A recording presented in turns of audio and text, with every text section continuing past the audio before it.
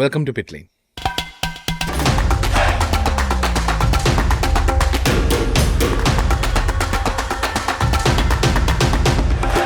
ഇന്ന് ഒരു energy ഡ്രിങ്കിനെ adventure സ്പോർട്സിൻ്റെയും അഡ്രിനാലിൻ്റെയും ഒരു എക്സ്ട്രീം ഫൺ ഔട്ട്ഡോർസി ലൈഫ് സ്റ്റൈലുമായിട്ടൊക്കെ നമുക്ക് റിലേറ്റ് ചെയ്യാൻ പറ്റുന്നുണ്ടെങ്കിൽ ആ എനർജി ഡ്രിങ്കിൻ്റെ പേര് റെഡ് ബുൾ എന്നായിരിക്കും, അല്ലേ?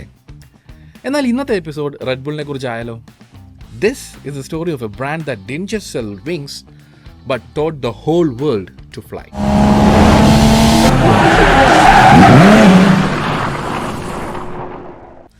നമ്മളൊക്കെ ഒരുപാട് ഇഷ്ടപ്പെടുന്ന റെഡ് ബുള്ളിൻ്റെ തുടക്കം ഒരു മരുന്ന് കുപ്പിയുടെ ഷേപ്പിലുള്ള ഒരു ബോട്ടിലിൽ കഷായത്തിൻ്റെ രുചിയുള്ള ഒരു ഡ്രിങ്കിൽ നിന്നാണ്. ക്രേറ്റിംഗ് ഡേങ് എന്നായിരുന്നു ആ ഡ്രിങ്കിൻ്റെ പേര്. തായ്ലൻഡിലുള്ള ഖലിയോ യുവിദ്യ എന്ന ഒരു സംരംഭകൻ്റെ ബ്രെയിൻ ചൈൽഡ് ആയിരുന്നു ക്രേറ്റിംഗ് ഡേങ് എന്ന എനർജി ഡ്രിങ്ക്.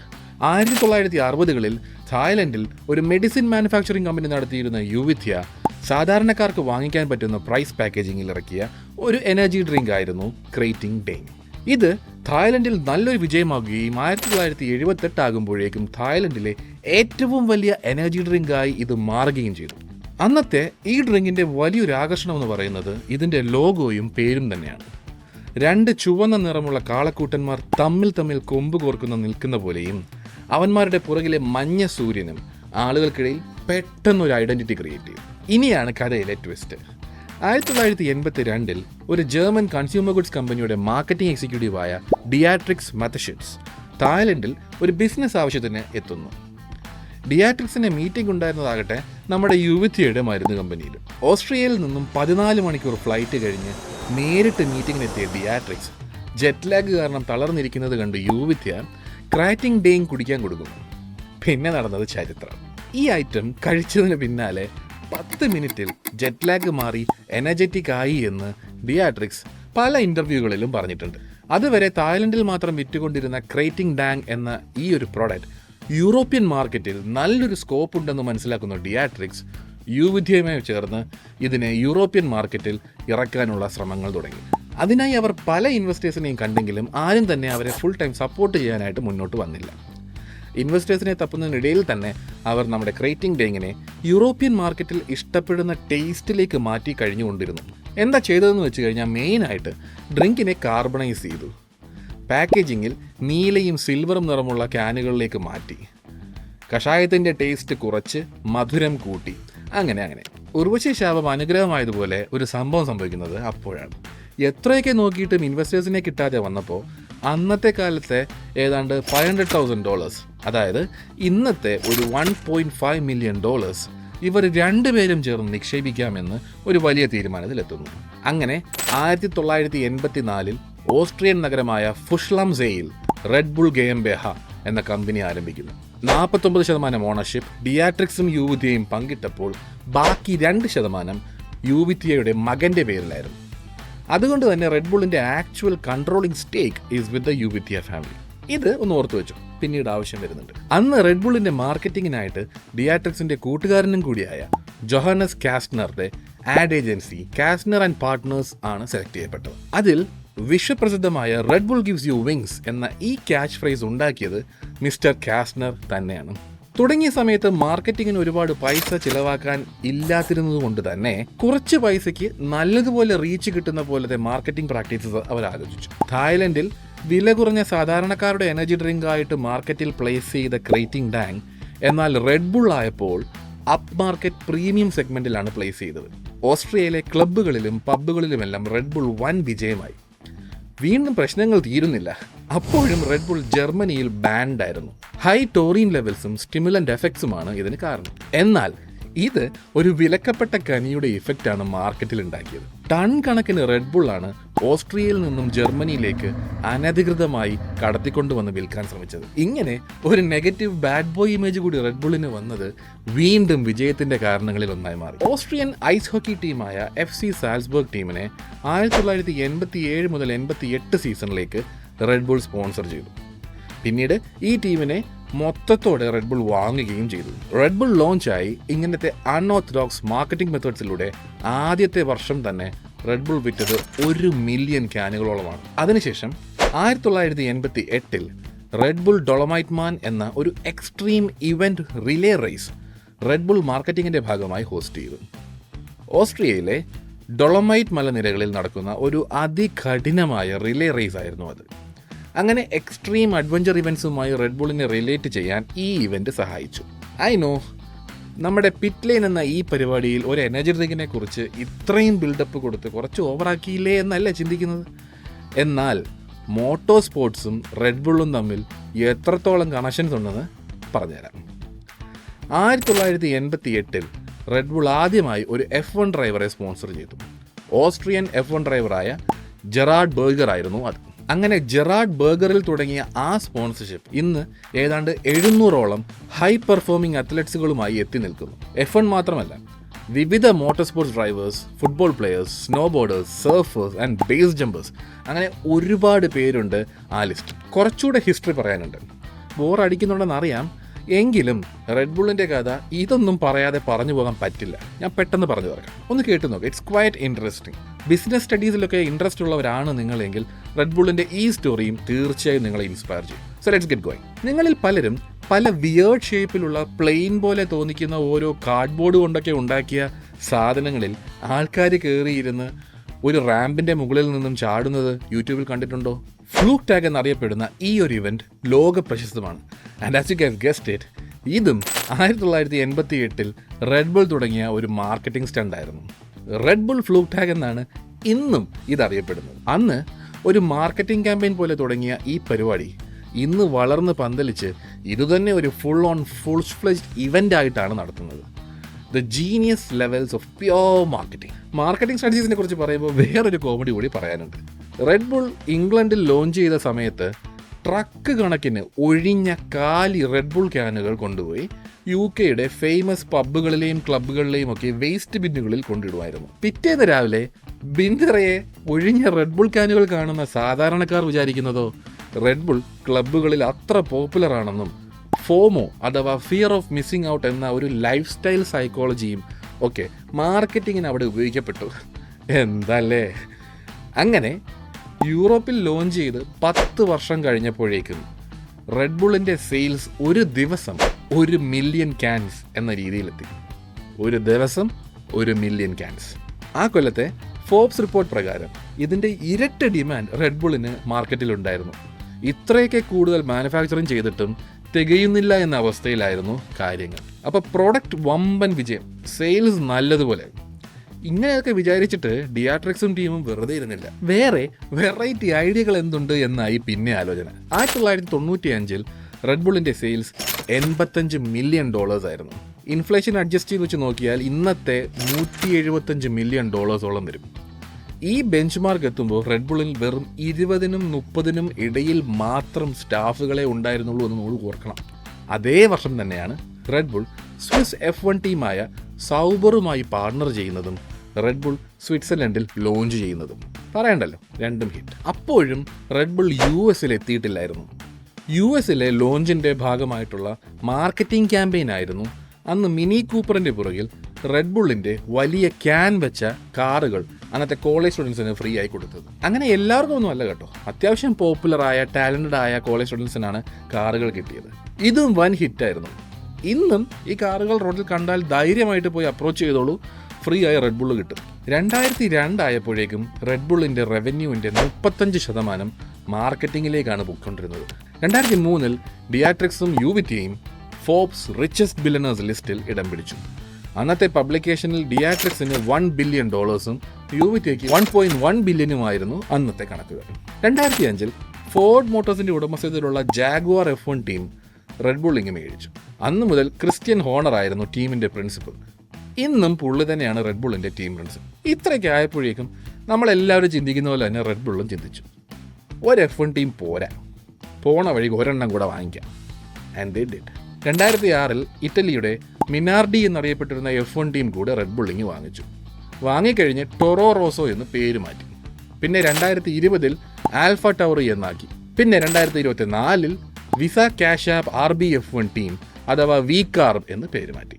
തീർന്നില്ല, 2025 പേര് വീണ്ടും മാറ്റി. ഇപ്പോൾ റേസിംഗ് ബുൾസ് എന്നാണ് അറിയപ്പെടുന്നത്. വെറുതെ ഇരിക്കുമ്പോൾ ഓരോരൊക്കെ തോന്നുന്ന ഓരോരോ ഇത്, അല്ലാണ്ട് എന്ത് പറയാൻ. പേരെന്തൊക്കെയാണേലും രണ്ടാമത്തെ F1 team was acting like a junior team for the main team. അതായത് 4-time world champion Sebastian Vettel, former Ferrari driver Carlos Sainz junior and reigning 4-time world champion Max Verstappen, പിന്നെ എൻ്റെ പേഴ്സണൽ ഫേവറേറ്റ് ഡാനിയൽ റിക്കാർഡോ. ഇങ്ങനെ കുറെ കിടിലൻ drivers വന്നത് ഈ junior team വഴിയാണ്. ഇന്ന് Red Bull F1 team is one of the most successful F1 teams, winning both F1 Constructors Championship and Drivers Championship in 2010, 2011, 2012, 2013, 2022 and 2023. എന്തിനു പറയുന്നു, 2023 ഫോബ്സ് മാഗസിൻ പ്രകാരം തേർഡ് മോസ്റ്റ് വാല്യുബിൾ F1 ടീമാണ് red bull with a valuation of $2.6 billion. ഇവന്മാർ എന്ത് ചെയ്താലും ഒരു billion minimum, അതാണ് അവരുടെ ഒരു രീതി. 2005 ഓസ്ട്രിയൻ ബുണ്ടസ്ലീഗ ക്ലബ്ബായ SV ഓസ്ട്രിയ സാൽസ്ബർഗിനെ റെഡ് ബുൾ സ്വന്തമാക്കി. എന്നിട്ട് FC റെഡ് ബുൾ സാൽസ്ബർഗ് എന്ന് പേര് മാറ്റി. അല്ലെങ്കിലും പേര് മാറ്റി ഇവന്മാർക്കൊരു വീക്ക്നെസ് ആണല്ലോ. എന്തൊക്കെയാണെങ്കിലും FC റെഡ് ബുൾ 19 സീസണുകളിലായി 14 ലീഗ് ടൈറ്റിലുകൾ സ്വന്തമാക്കി. അതിൽ 10 അടുപ്പിച്ച് ഒന്നിനു പുറകെ ഒന്നായിരുന്നു. പിന്നെ ഒരു വാങ്ങിക്കൂട്ടലുകളുടെ പെരുമഴയായിരുന്നു. New York Red Bull MLS team, 2 Brazilian clubs, Red Bull Bragantino and Red Bull Brazil, Austrian second league ക്ലബ്ബായ FC ലീവറിംഗ്, ജർമ്മൻ ബുണ്ടസ്ലീഗ ക്ലബ്ബായ RB ലീപ്സിഗ് ആൻഡ് ഇംഗ്ലീഷ് ക്ലബ്ബായ ലീഡ്സ് യുണൈറ്റഡിലും ഒരു ചെറിയ സ്റ്റേക്ക് ഉണ്ട്. ഈ വീഡിയോയ്ക്ക് വേണ്ടി ഇത്രയൊക്കെ റിസർച്ച് ചെയ്ത് വന്നപ്പോഴാണ് ഞാൻ ഞെട്ടിക്കുന്ന സത്യം മനസ്സിലാക്കുന്നത്. റെഡ് ബുൾ കൈവച്ചിട്ടുള്ള എല്ലാ സ്പോർട്ടിംഗ് ഇവൻറ്റ്സും ഇത്ര ഡീറ്റെയിൽ ആയിട്ട് പറഞ്ഞു തുടങ്ങിയാൽ ഇത് ഇന്നും നാളെ ഒന്നും തീരുന്ന ലക്ഷണം കാണുന്നില്ല.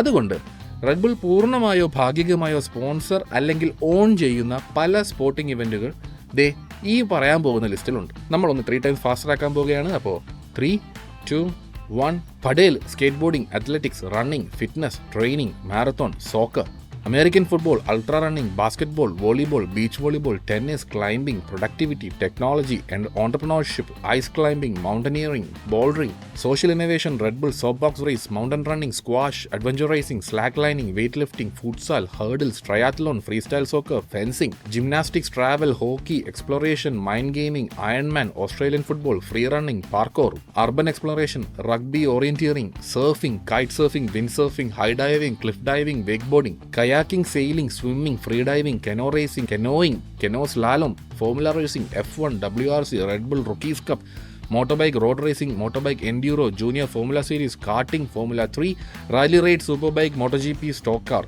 Of road, motocross, super cross, drifting, motoring, DTM, motorbike, super moto, rally cross, trophy truck, motorbike trials, FMX, sky diving, paragliding, aerobatic flying, air racing, wing suit flying, Red Bull Flugtag, drone racing, skiing, alpine skiing, snow boarding, ski cross, ski touring, free skiing, ski jumping, ice hockey, bobsleigh, snow kayaking, MTB, cycling, BMX, trail biking, MTB, enduro. ഇതൊക്കെ detail ആയിട്ട് വേണമെങ്കിലേ ഒരു 5-6 episode വേണ്ടി വരും. ഇവന്മാർക്ക് പ്രാന്താണ്. ഇത്രയും broad and diverse ഫീൽഡുകളിൽ ഇടപെടുന്നത് കൊണ്ട് തന്നെ റെഡ് ബുള്ളിന് ഇൻ ഹൗസ് ഒരു മീഡിയ ടീമുണ്ട്. ഇൻ ഹൗസ് മീഡിയ ടീം എന്ന് പറയുമ്പോൾ അവർ അത്ര ചെറിയ ടീമൊന്നുമല്ല.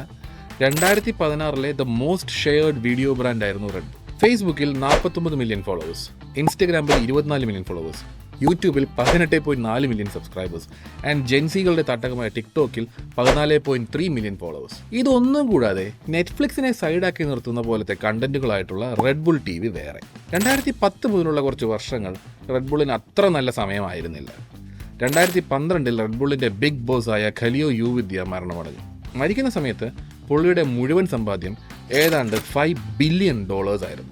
അത് കൂടാതെ യുവിദ്യയുടെ കയ്യിലുണ്ടായിരുന്ന റെഡ് ബുള്ളിൻ്റെ 49% സ്റ്റേക്കും യുവിദ്യ കുടുംബത്തിൻ്റെ ഏറ്റവും അടുത്ത 10 പേർക്കായി വീതിച്ചു കൊടുത്തു. പിന്നെ മകൻ്റെ പേരിലുള്ള എക്സ്ട്രാ 2% കൂടെ ചേരുമ്പോൾ യുവിദ്യ ഫാമിലി തന്നെ റെഡ് ബുള്ളിൻ്റെ കൺട്രോളിംഗ് സ്റ്റേക്ക് ഇപ്പോഴും ഹോൾഡ് ചെയ്യുന്നു. പിന്നെ ഈ മകൻ്റെ കാര്യം ഞാൻ നേരത്തെ പറഞ്ഞത് ഓർമ്മയുണ്ടോ? ഈ പുള്ളിയല്ല പ്രശ്നക്കാരൻ, മകൻ്റെ മകനാണ് പ്രശ്നം. ബൊറായുധ എന്ന പേരുള്ള യുവിദ്യയുടെ കൊച്ചുമകൻ 2012 തായ്ലൻഡിൽ വെച്ച് പുള്ളി അമിത വേഗതയിൽ ഓടിച്ച ഫെറാറി കാർ ഇടിച്ച് ഒരു ബൈക്കിൽ സഞ്ചരിച്ചുകൊണ്ടിരുന്ന ഒരു പോലീസുകാരൻ മരണമടഞ്ഞു. ബൊറായുധ വണ്ടി നിർത്തിയില്ലെന്ന് മാത്രമല്ല, ഒന്നും സംഭവിക്കാത്ത പോലെ ഓടിച്ച് വീട്ടിൽ പോവുകയും പുള്ളിയുടെ ഫാമിലി ഇൻഫ്ലുവൻസ് എല്ലാം ഉപയോഗിച്ച് തെളിവുകൾ നശിപ്പിക്കുകയും ഒക്കെ ചെയ്തു.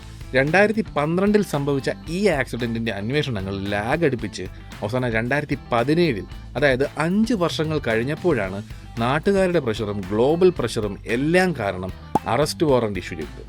അപ്പോഴോ പണി വരുന്നുണ്ടേ അവറാച്ച എന്ന് ഫഹദ് ഫാസിൽ പറഞ്ഞതുപോലെ ഇത് മണത്തെറിഞ്ഞ ബൊറായുധ നിന്ന നിർത്തി രാജ്യം വിട്ടു. പിന്നെ ആക്സിഡൻറ്റ് കഴിഞ്ഞ് ഇത്രയൊക്കെ സമയമായതുകൊണ്ട് തന്നെ ഥായ് നിയമ സംവിധാനം അനുസരിച്ച് കേസൊക്കെ എങ്ങും എത്താതെ എക്സ്പയർ ആയി പൊയ്ക്കൊണ്ടിരിക്കുകയായിരുന്നു.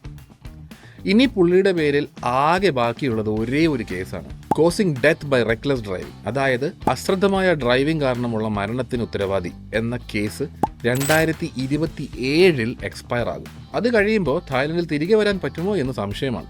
കാരണം പുള്ളിയുടെ പാസ്പോർട്ട് തായ് ഗവൺമെൻറ് ക്യാൻസൽ ചെയ്തിട്ടുണ്ട്.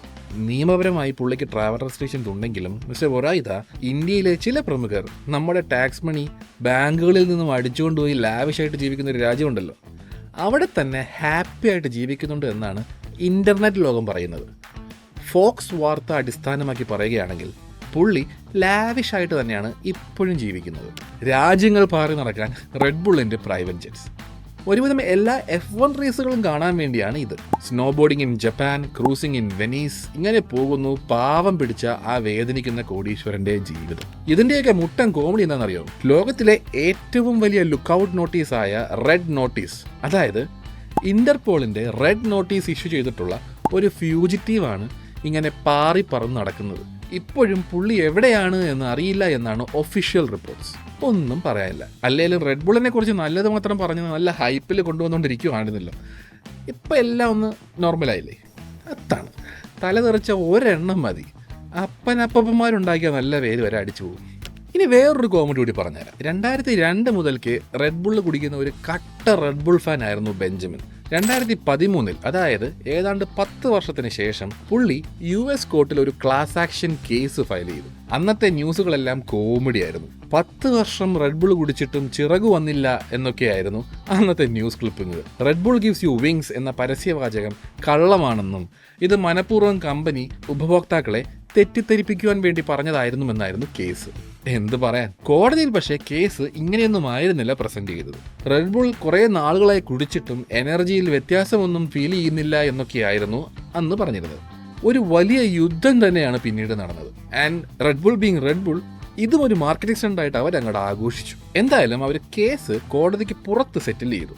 $13 മില്യൺ പിഴയാണ് അന്ന് അടച്ചത്. സെറ്റിൽമെന്റ് ഡീറ്റെയിൽസ് എന്തായിരുന്നു എന്ന് വെച്ച് കഴിഞ്ഞാൽ, US താമസിക്കുന്ന ആളുകളിൽ 2002 ജാനുവരി മുതൽ റെഡ് ബുൾ വാങ്ങിച്ചിട്ടുണ്ടെങ്കിൽ അത് പ്രൂവ് ചെയ്യാനും പറ്റിയാൽ അവർക്ക് ഒന്നുകിൽ $10 അല്ലെങ്കിൽ ഏതെങ്കിലും 2 റെഡ് ബുൾ പ്രൊഡക്ട്സ് ഫ്രീ ആയിട്ട് കൊടുക്കുന്നതായിരുന്നു ആ ഡീല്. അങ്ങനെ ആകെ മൊത്തം ശോക സമയമായിരിക്കുന്ന സമയത്താണ് ഒന്ന് മാറ്റിപ്പിടിക്കാനായിട്ട് റെഡ് ബുള്ളിൻ്റെ ഏറ്റവും വലിയ സ്റ്റണ്ടായി അറിയപ്പെടുന്ന സ്ട്രാറ്റോ ജമ്പ് നടത്തുന്നത്. 2012 റെഡ് ബുൾ സ്റ്റണ്ടിനും വേൾഡ് റെക്കോർഡിനും വേണ്ടി ഫെലിക്സ് ബോം ഗാർഡനർ എന്ന ഓസ്ട്രിയൻ സ്കൈ ഡൈവർ അങ്ങ് സ്പേസിൽ നിന്നും ഭൂമിയിലേക്ക് ഒരു ഹീലിയം ബലൂണിൽ നിന്നും എടുത്തു ചാടി. $30 മില്യൺ ആണ് ഈ സ്റ്റണ്ടിന് മാത്രം റെഡ് ബുൾ ചിലവാക്കിയത്. ഇതൊരു വമ്പൻ മാർക്കറ്റിംഗ് വിജയമായി മാറുകയും ചെയ്തു. $30 മില്യൺ സ്പെൻഡ് ചെയ്തപ്പോൾ ഈ ആഡ് സ്റ്റണ്ട് മൂലം ജനറേറ്റ് ചെയ്ത റവന്യൂ എന്ന് പറയുന്നത് $500 മില്യൺ മുകളിലാണ്. പിന്നെ കോവിഡ് സമയത്ത് ഇവന്മാർ കാണിച്ചു കൂട്ടിയൊന്നും പറയണ്ടല്ലോ.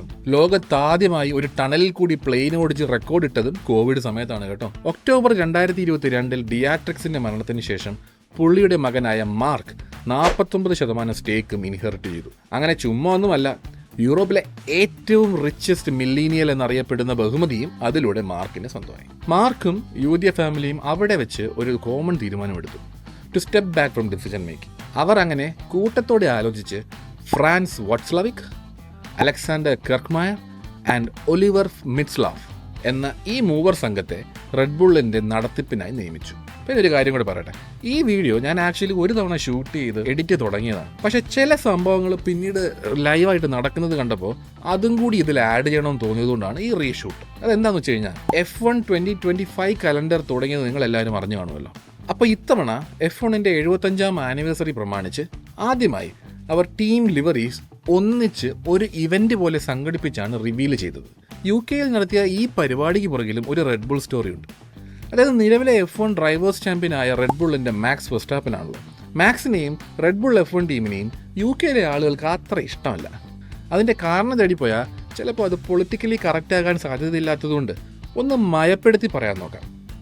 അത് പറയാൻ കൂടി തന്നെയാണ് ഞാനിത് റീഷൂട്ട് ചെയ്തത്. അതായത് F1 എന്ന് വെച്ചാൽ അവന്മാരുടെ മാതാപിതാക്കളുടെ സ്വന്തമാണെന്നൊരു തോന്നൽ അവന്മാർക്കുണ്ടെന്ന് തോന്നുന്നു.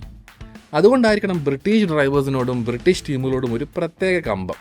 പിന്നെ മാക്സിൻ്റെ ഡ്രൈവിംഗ് സ്റ്റൈൽ എല്ലാവർക്കും ഒന്നും ഇഷ്ടപ്പെടണമെന്ന് നിർബന്ധമില്ല.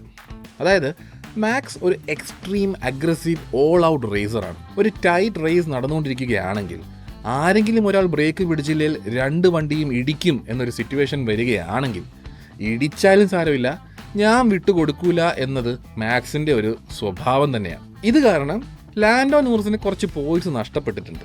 ഈ ഡ്രൈവിംഗ് സ്റ്റൈൽ ഒട്ടും സേഫ് അല്ല എന്നും ഇത് എത്തിക്കൽ അല്ല എന്നുമൊക്കെ നിരവധി വാദങ്ങളൊക്കെ ഉണ്ട്. But guys, at the end of the day it's just racing. Whoever brakes the last and accelerates the fastest wins. അത്രേ ഉള്ളൂ. അപ്പോൾ അങ്ങനെ മാക്സിനോടും ടീമിനോടും അത്ര പോസിറ്റീവ് സിറ്റുവേഷൻ അല്ലാതിരിക്കാനുള്ള കാരണങ്ങൾ ഉള്ളതുകൊണ്ട് തന്നെ റെഡ് ബുൾ ടീമിൻ്റെ ലിവറി റിവീൽസിൽ ഡ്രൈവേഴ്സ് സംസാരിക്കാൻ നിന്നില്ല. ബാക്കി എല്ലാ ടീംസിനും ഒരു 2 മിനിറ്റ് മിനിമം ഡ്രൈവേഴ്സിനും ടീം പ്രിൻസിപ്പളിനും സംസാരിക്കാൻ ടൈം കൊടുത്തപ്പോൾ റെഡ് ബുള്ള് ആ സംസാരിക്കാനുള്ള ടൈം കൂടെ അവരുടെ റിവീലിന് കൊടുത്തു. And they did that in style.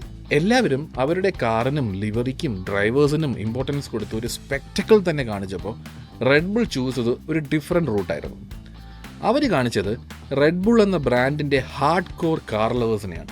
ലണ്ടനിലെ തെരുവുകളിൽ കൂടി സ്ട്രീറ്റ് കാർസ്, ഡ്രാഗ് കാർസ്, ബൈക്കുകൾ, കസ്റ്റം കിറ്റ് കാർസ് തുടങ്ങി ഒരു കാർ ലവറിന് റിലേറ്റ് ചെയ്യാൻ പറ്റുന്ന പോലത്തെ ഒരു റിവീലായിരുന്നു റെഡ് ബുൾ ചെയ്തത്. And instead of giving this big of a stage to the star drivers and team principals, they chose to share it equally with car enthusiasts. അല്ലെങ്കിലും മാർക്കറ്റ് ചെയ്യാൻ റെഡ് ബുള്ളിനെ പഠിപ്പിക്കണ്ടല്ലോ. റെഡ് ബുള്ളിൻ്റെ പേര് എഴുതി കാണിച്ചത് മുതൽ കൂവാൻ തുടങ്ങിയ ബ്രിട്ടീഷ് ക്രൗഡിൻ്റെ മുന്നിൽ ഒരു സ്റ്റേറ്റ്മെൻറ്റ് ഇടുകയായിരുന്നു Red Bull. I mean, there are multiple theories floating out there, but this is the one that is stuck with me. Red Bull എന്ന ബ്രാൻഡ് ഇന്ന് വളർന്ന് എവിടെ എത്തി നിൽക്കുന്നുവെന്ന് പറഞ്ഞു തിട്ടപ്പെടുത്താൻ പാടാണ്. മാർക്കറ്റിംഗ് ജീനിയസ് മൈൻഡ്സും തോറ്റുകൊടുക്കാൻ മനസ്സില്ലാത്ത ക്ലെവർ ഓൺടർപ്രണേഴ്സും ഒന്നിച്ചപ്പോൾ ഉണ്ടായത് ലോകം ഉറ്റുനോക്കുന്ന ഒരു ബിഗ് ബ്രാൻഡ് ജേണിയാണ്. ആൻഡ് ഇന്ന് നോക്കിയാൽ പോലും sales figures of Red Bull shows no signs of slowing down. അങ്ങനെ പറഞ്ഞ് കാട് കയറി എവിടെയൊക്കെയോ പോയി അവസാനം തിരിച്ചെത്തി എന്ന് പ്രതീക്ഷിക്കുന്നു. Hopefully you enjoy this video. Thanks for watching Pit Line. വേറൊരു എപ്പിസോഡുമായി let's see you next time. Take care.